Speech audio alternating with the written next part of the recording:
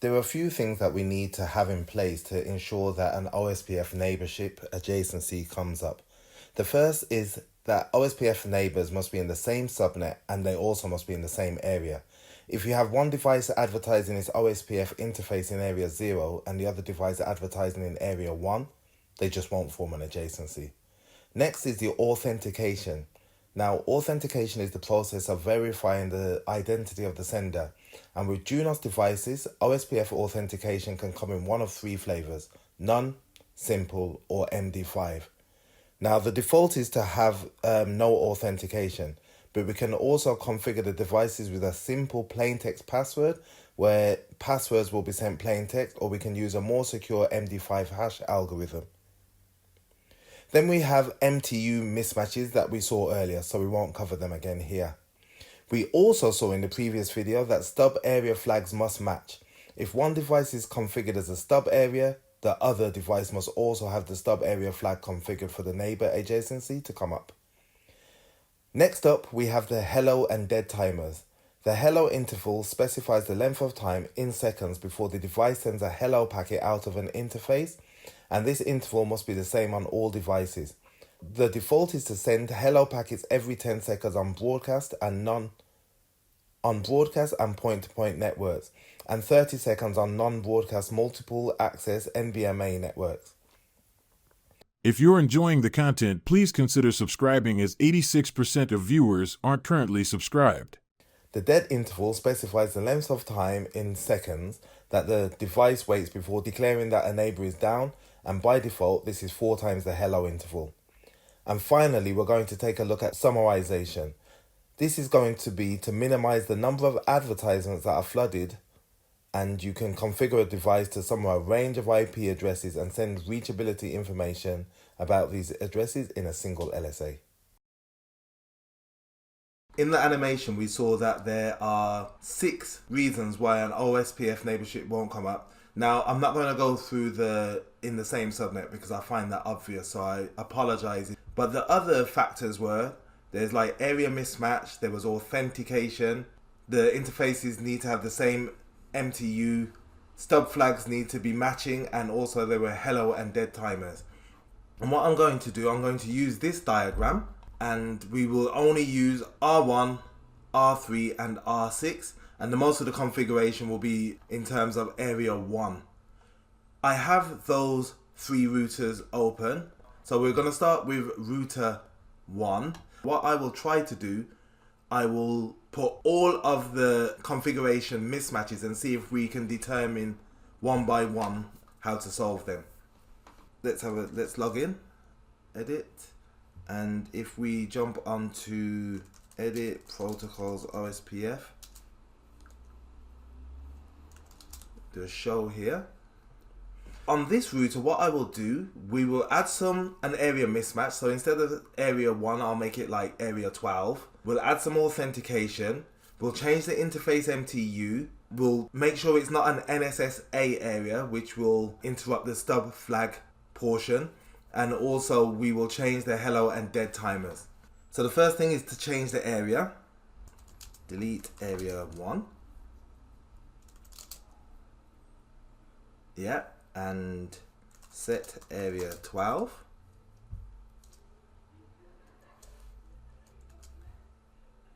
Set area 12. Okay, let's make it the interface is going to be GE001.0. We can also here make the hello and dead timer. So if I'm only going to do the hello timer actually. Now on a broadcast segment, which this is, the hello interval is 10 and the dead interval is 4 times that. Now to look at the mismatches, we only need to set the hello interval, so I will set the hello interval as 5.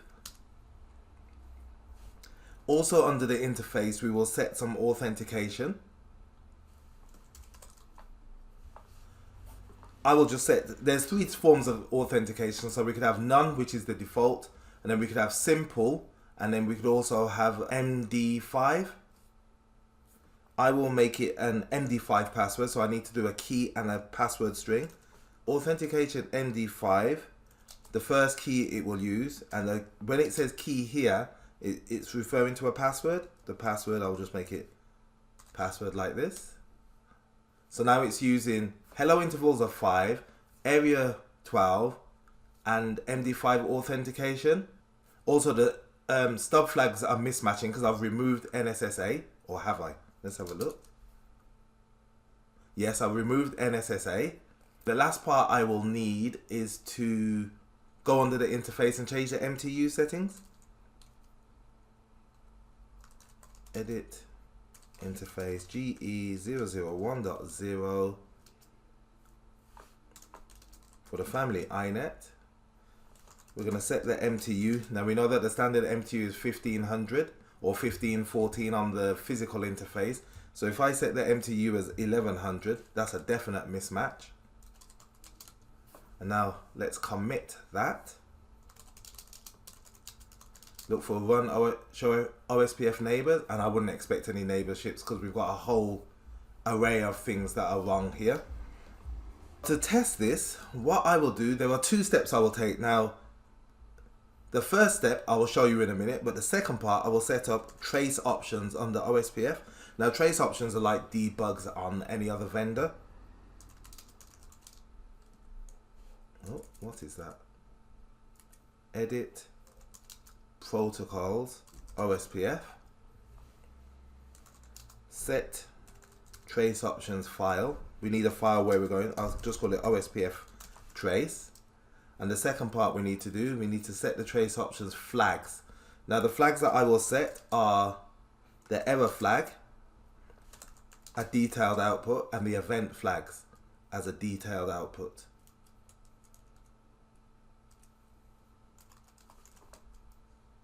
Let's commit that. So we can see that we have our trace options set up here now. The first thing that I would do if I was troubleshooting an OSPF mismatch or an OSPF issue with adjacencies, I would run show OSPF statistics.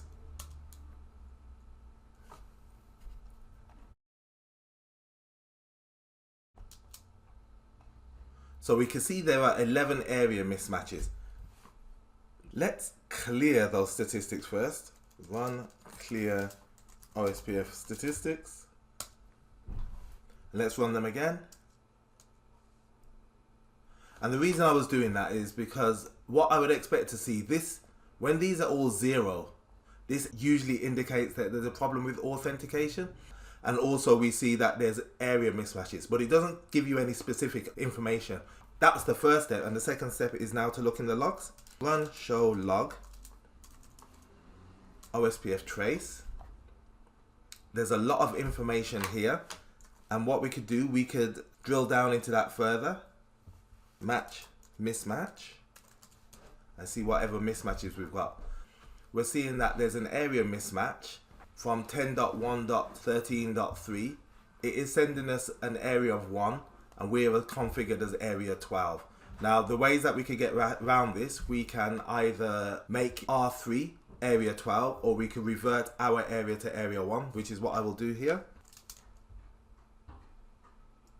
I'll say delete area 12, and we'll set area 1.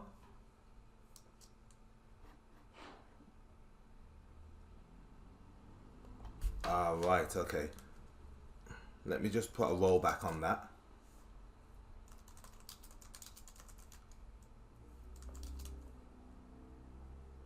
I wonder if I could just replace this pattern.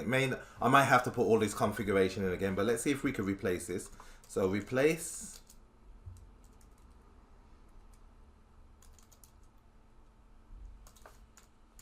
pattern 0.0.0.12 with 0.0.0.1. Okay, let's commit that.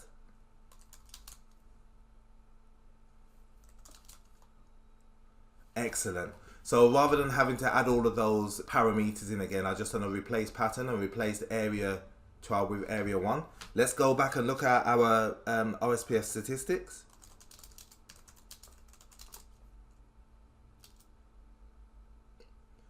Still seeing 22 area mismatches. Let's clear those.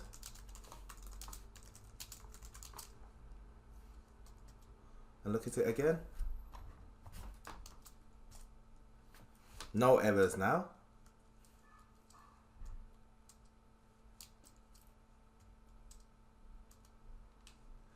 Can we see the neighbourship has come up? And our neighbour still hasn't come up. So even though we've cleared the area mismatch, we still have additional issues. Let's go back to our log file.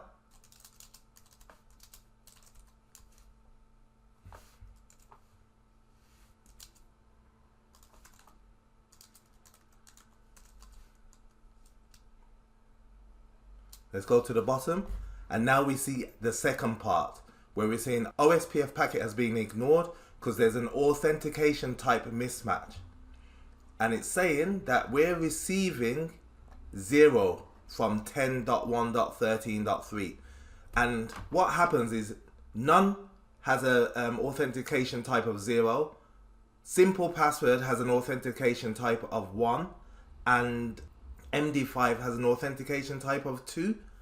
If we saw where we're sending the authentication, I'm not sure if we will be able to see it on this side like that. Let's have a look. Match. Send. Maybe? No. Match. Auth for authentication.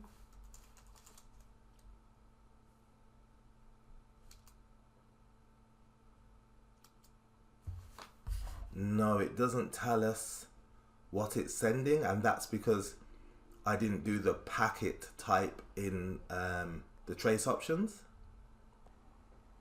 Run show OSPF statistics.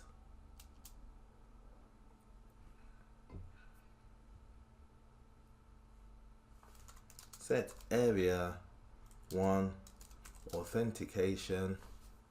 Set area 1 interface GE authentication none.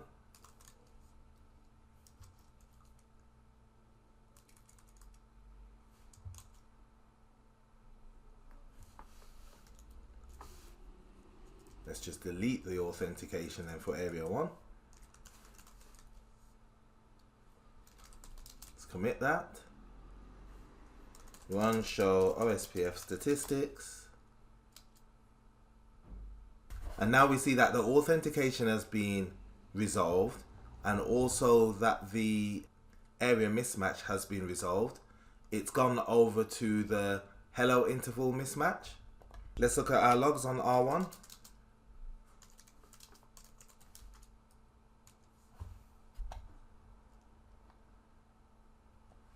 Let's do the mismatch.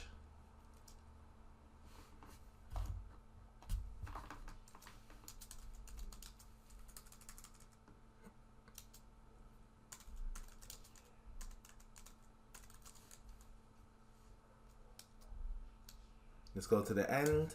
So we saw that the authentication was resolved here. Now we've gone on to the hello interval mismatch, and we can see that we are receiving an interval of 10 from 10.1.13.3.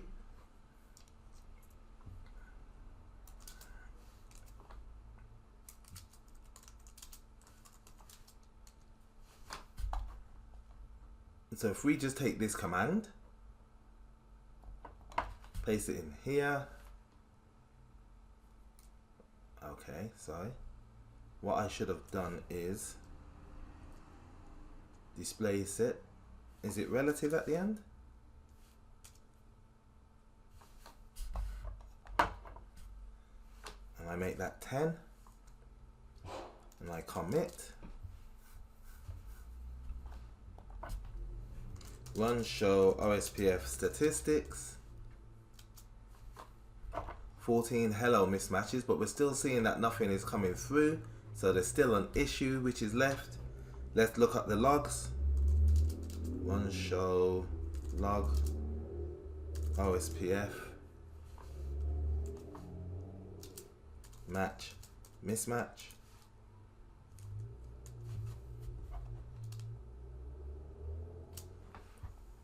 And we see that the last one is, it says OSPF packet has been ignored. Area stubness mismatch from 10.1.13.3. Now, this is basically telling us that our neighbor is configured as a stub area. So then we jump onto R3. We say show. And we can see that area 1 is configured as an NSSA, whereas we are not configured as an NSSA.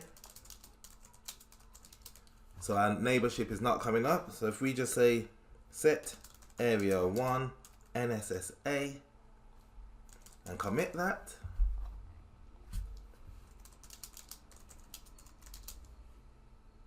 and we can see we're now in X start.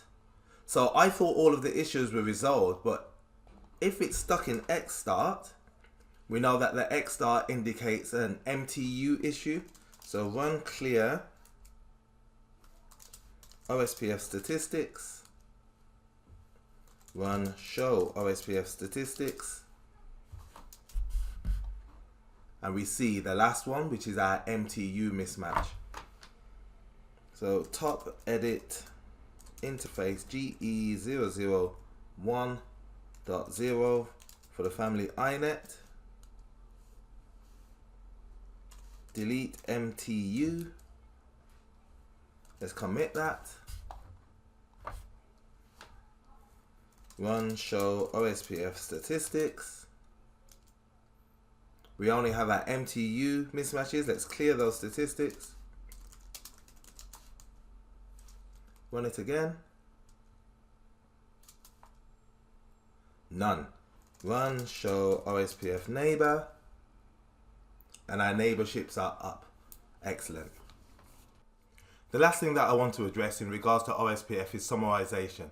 So let's have a look at our diagram again. And all of R9's routes get redistributed into area 1 by R1, and R3 then sends them on into area 0. So if we look onto R6, show OSPF database, we can see that all of these routes here are the routes that are being learnt from R9 and redistributed by R1. Now, say if we had 40 or 50 of these routes, we can further reduce the size of the link state database by summarizing these routes, and this summarization will be done on R3 because R3 is the ABR for area 1. So we summarize the routes that are available in area 1 that are going to be redistributed into area 0. And to do this, we go edit area 1, and we say set area range, and we give the summary route 192.168.0.0/21. Let's commit that. Now let's go back onto R6, run show OSPF database. Let's clear the database first. Run OSPF database.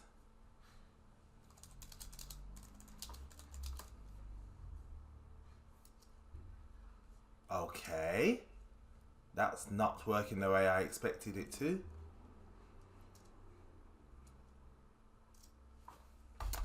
I wonder why that is. I know what it is. Let's do a show here. Now we've done an area range, and this is for a normal area, but our area is an NSSA area. So what I would have to do, I'd have to say set NSSA area range as 192.168.0.0/21. Let's commit that. Now let's look on R6. Yes, and we see that the summary route is here, and all of these ones are 3,600, which will time out, but we could assist that timeout by saying run clear OSPF database, and then let's look at the database again. And we can see that the link state database has been reduced, and there is only a single external route, and we should still be able to ping all of the routes advertised by R9. So run ping 192.168.1.9, and we still have reachability. Let's just use another random one, let's say 3.9, and we have reachability. That is superb. We may also have a situation where we only want routers within area 1 to be able to reach those external routes. So if we went back onto R3 and we ran that command, but we put the restrict keyword on the end, what this will do, it will stop these routes being advertised into any other areas, but we should still have reachability from R3s. Run ping 192.168.1.9. We will have reachability here, but when we commit this, R6 will no longer have reachability. No route to host. And we can see the reason for that is because that LSA is no longer in the link state database. Run show OSPF database, and they have gone. That's it for OSPF. Thanks for watching, and we'll move on to the next set of videos.